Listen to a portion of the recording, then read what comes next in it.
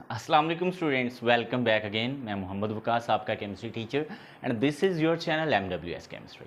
आप भी कह रहे होंगे सर ने हमें प्रीवियस वीडियो लेक्चर नंबर 7 में कहा था कि इसमें मैं आयनिक रेडियस को भी एक्सप्लेन करूंगा, लेकिन आप तो वीडियो छोड़ के भागे। ऐसा नहीं है, अब लेक्चर नंबर 8 है हमारे पास, इसमें सिर्फ हम पर्टिकुलरली आयोनिक रेडियस ही को डिस्कस करेंगे। आयनिक रेडियस बहुत इंपॉर्टेंट है हमारे लिए क्योंकि इसमें से शॉर्ट क्वेश्चंस भी बनते हैं। वैसे तो शॉर्ट क्वेश्चन हमें उधर से एटॉमिक रेडियस से बन सकते हैं, वहाँ से भी वो इंपॉर्टेंट है। एटॉमिक रेडियस की अगर हम समझ आती है तो ionisation energy, electron affinity, electron activity, इस तरह की चीज़ें हमें आसानी से समझ आती हैं। आयोनिक रेडियस समझना हमारे लिए इसलिए इंपॉर्टेंट है क्योंकि हमने केमिस्ट्री में आयंस को भी स्टडी करना होता है और उनके साइज से बहुत सारी चीज़ें चेंज हो रही होती हैं, उनकी केमिकल प्रॉपर्टीज़, फिजिकल प्रॉपर्टीज़ वगैरह वगैरह। तो सबसे पहले देखते हैं आयोनिक रेडियस को हम डिफाइन कैसे करते हैं। देखें, जैसे एटॉमिक रेडियस है, इसी तरह अगर एटम से इलेक्ट्रॉन निकल जाए, उसमें आ जाए, तो हम उसको आयन कहते हैं। तो आयन को ना हम अगर स्फेयर की तरह मान लें, जैसे गेंद होती, बॉल, सर्कल नहीं, स्फेयर, जो अंदर से खोखली होती है, ठीक है, अंदर से भरी भी हो सकती है, तो हम एटम को स्फेयर की मानद मान लें, तो उसमें से जब इलेक्ट्रॉन निकलेगा या आ जाएगा तो भी उसको स्फेयर की मानद मानेंगे, यानी उसकी तरह का। तो जब हम किसी आयन को स्फेयर मान लें तो उसके रेडियस को हम आयनिक रेडियस कहते हैं, ठीक है। The radius of an ion, the radius लिखना था मैंने, the radius of an ion, किसी आयन का radius, while considering it to be spherical, considering it to be spherical. या आप इसको यूं भी डिफाइन कर सकते हैं कि जब हम किसी आयन को लेंगे तो उसके न्यूक्लियस से लेके जो उसका आखिरी शेल का इलेक्ट्रॉन होगा उस तक का फासला, फॉर एग्जांपल यहाँ पे इलेक्ट्रॉन पड़ा है तो ये कोई आयन था, तो न्यूक्लियस से लेके यहाँ तक का जो फासला है इसको भी मैं आयोनिक रेडियस कह सकता हूँ। सर आपसे गोल नहीं बना एटम, कोई बात नहीं। तो आयनिक रेडियस मेरे ख्याल में आपको समझ आ गया। अच्छा, अब हमारे पास दो तरह के रेडियस होते हैं, कैटायनिक रेडियस होता है या एनायनिक रेडियस होता है। कैटायनिक रेडियस को हम पहले देख लेते हैं। कैटायनिक रेडियस, तो इसमें क्या होगा कि कोई एटम जब इलेक्ट्रॉन लूज करेगा तो वो जो उसका आयन बनेगा उसको कैटायन बोलेंगे और उसके रेडियस को कैटायनिक रेडियस बोलेंगे। लेट्स सपोज अगर हम बात करें सोडियम की, तो सोडियम में से जब एक इलेक्ट्रॉन को हम निकालेंगे तो इस पर आएगा पॉजिटिव चार्ज और यहाँ से निकलेगा इलेक्ट्रॉन। आपको एक मज़े की बात बताता हूँ, जो सोडियम का अपना साइज है वो है 186 पिकोमीटर, सोडियम एटम का। अब जो सोडियम आयन है इसका साइज सिर्फ 95 पिकोमीटर रह जाता है। तो यहाँ पे एक चीज़ आपने ऑब्जर्व की कि जो कैटायन का साइज है अपने पेरेंट एटम से छोटा है, यानी cationic radius is always smaller than it's parent atom. मैं यहाँ पे लिख देता हूँ, cationic radius is always smaller than, ये आपको क्वेश्चन भी पूछ सकता है, smaller than its parent, यानी अब्बा जी, अम्मा जी, दोनों में से कोई भी, पेरेंट से मुराद है ये वाला आइटम, ठीक है। तो cationic radius is always smaller than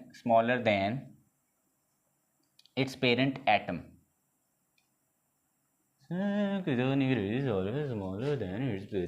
हाँ जी, यस, यही बनेगा।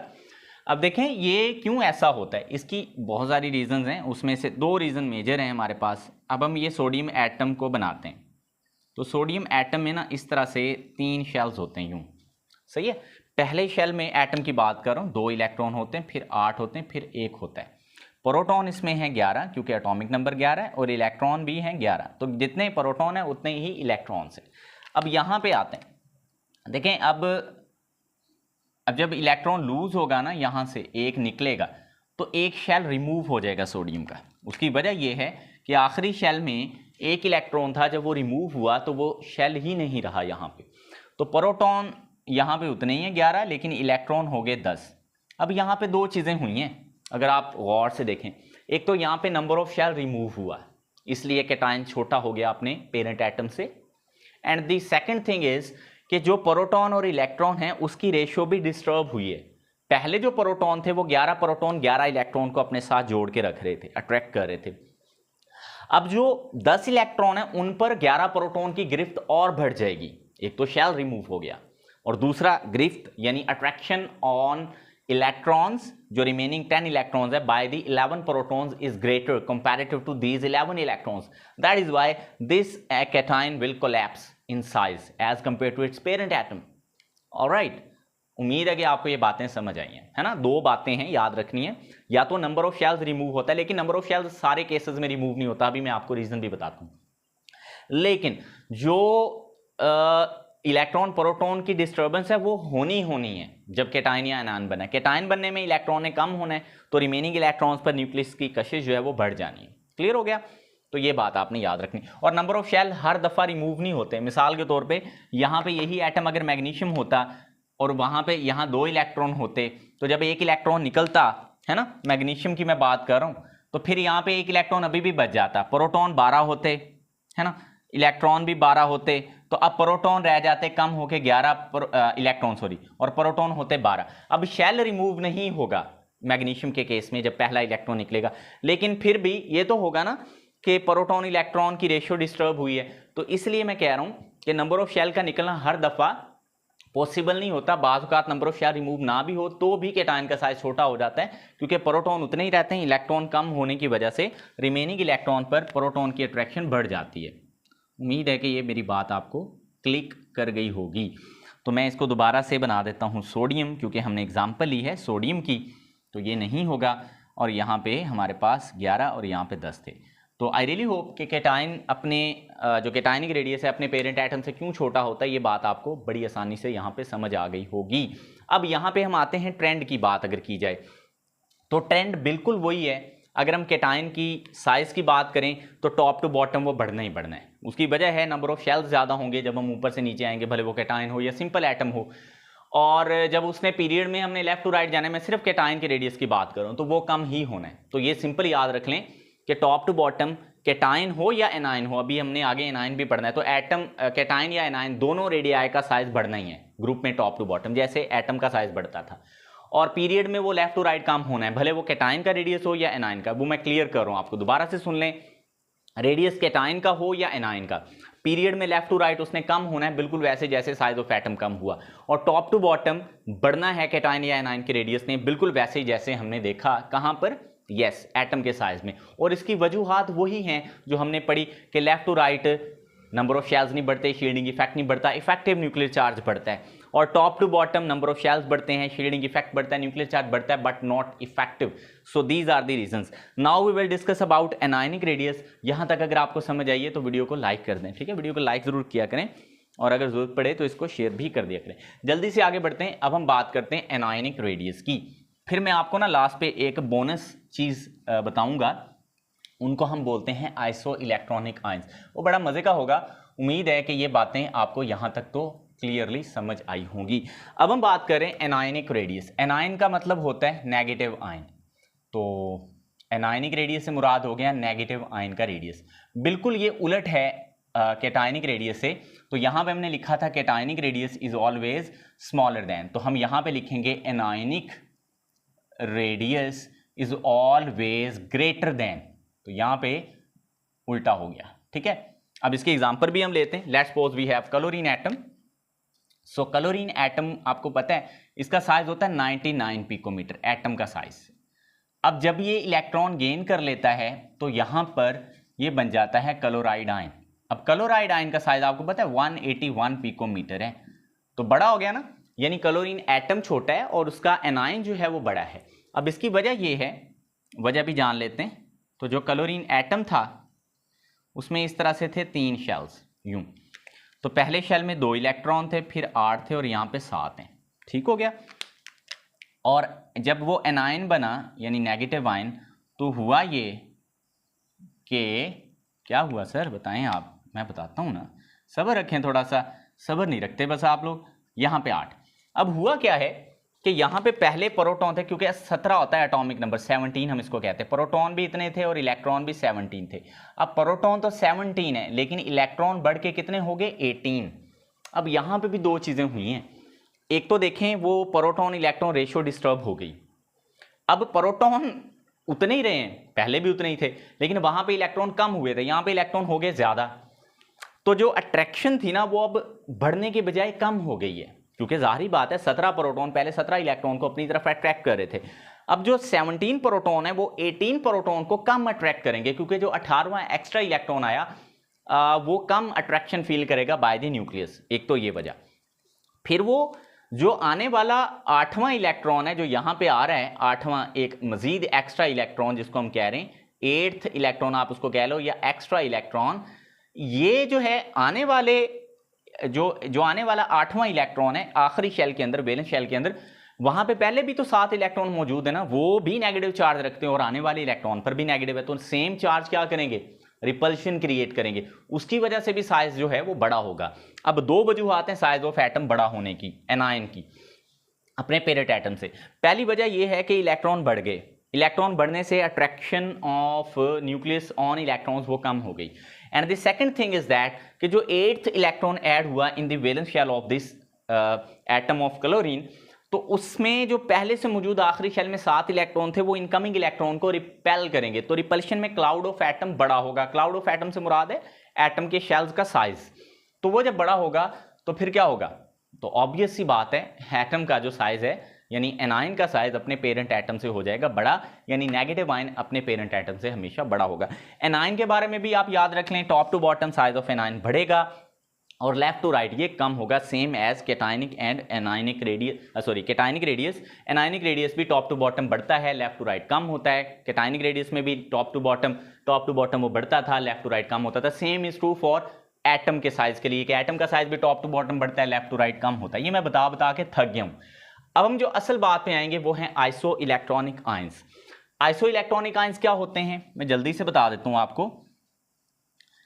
ये एक्स्ट्रा चीज़ है जो मैं आपको बताने लगा हूं। अगर आपको ये नहीं सीखनी so you can skip the video as well, ये आपकी चॉइस है, ठीक है। अच्छा, अब हम बात करने लगे हैं आइसो इलेक्ट्रॉनिक आयंस की, और अगर आपको ये सीखना है, आपको ये इंटरेस्टिंग लग रहा है, मतलब केमिस्ट्री में को थोड़ा थोड़ा इंटरेस्ट लग रहा है, ऐसे तो आपको कम ही होता है, मुश्किल लगती है ना, तो अगर समझ आने लग जाए फिर इंटरेस्ट भी पैदा हो जाता है। तो फिर हम इसमें देख लेते हैं आइसो इलेक्ट्रॉनिक आयंस को जल्दी से। आइसो इलेक्ट्रॉनिक आयंस, अब ये क्या बला होती हैं सर?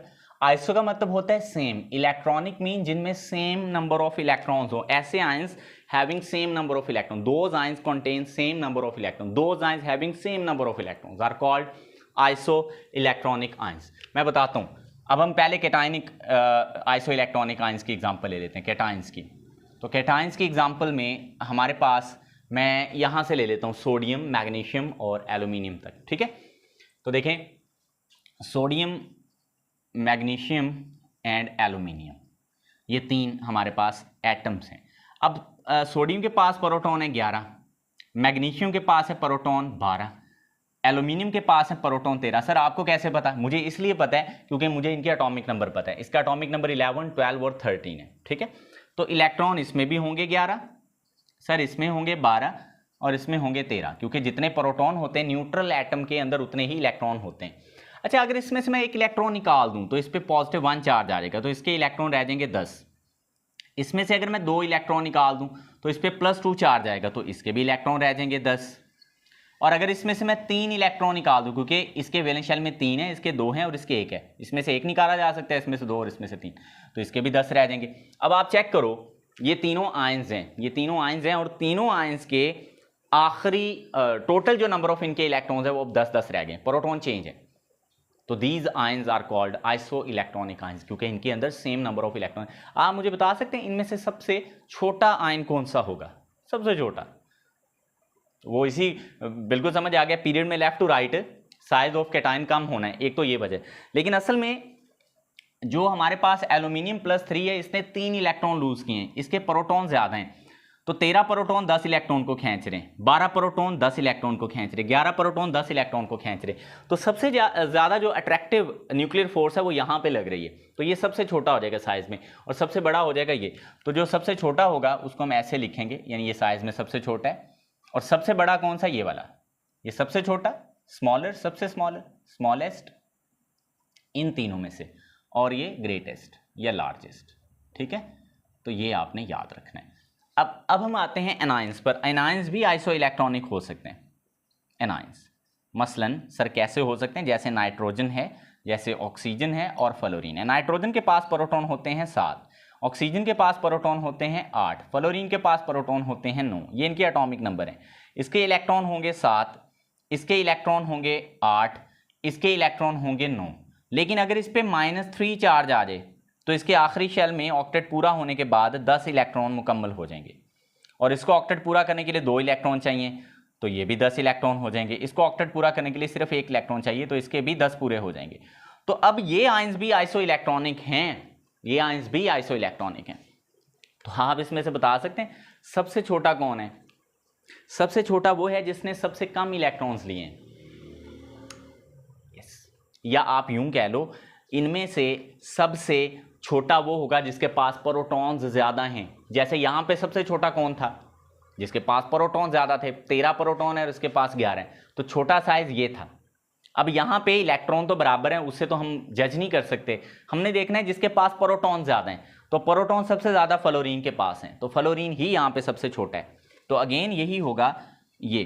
तो यहाँ पे भी ये पीरियड में आपको नजर आ रहे होंगे, पहले आ रहा है हमारे पास nitrogen, then oxygen, then fluorine. तो नाइट्रोजन बड़ा है एनायनिक रेडियस इसका, फिर उससे छोटा थोड़ा सा ऑक्सीजन का, और सबसे छोटा फ्लोरीन का। तो left to right anionic radius भी कम हो रहा है, और left to right cationic radius भी कम हो रहा है। देखो सोडियम का बड़ा आयन था, जो इसका साइज बड़ा था, इसका छोटा हुआ, इसका और छोटा। तो आई रियली होप ये सारी बातें anionic radius, cationic radius, ionic radius को लेकर आपको समझ आई हैं, विद एग्जाम्पल समझ आई हैं। अगर आपको ये वीडियो अच्छी लगी है तो लाइक ज़रूर करना है। Thank you so much. अल्लाह हाफिज़।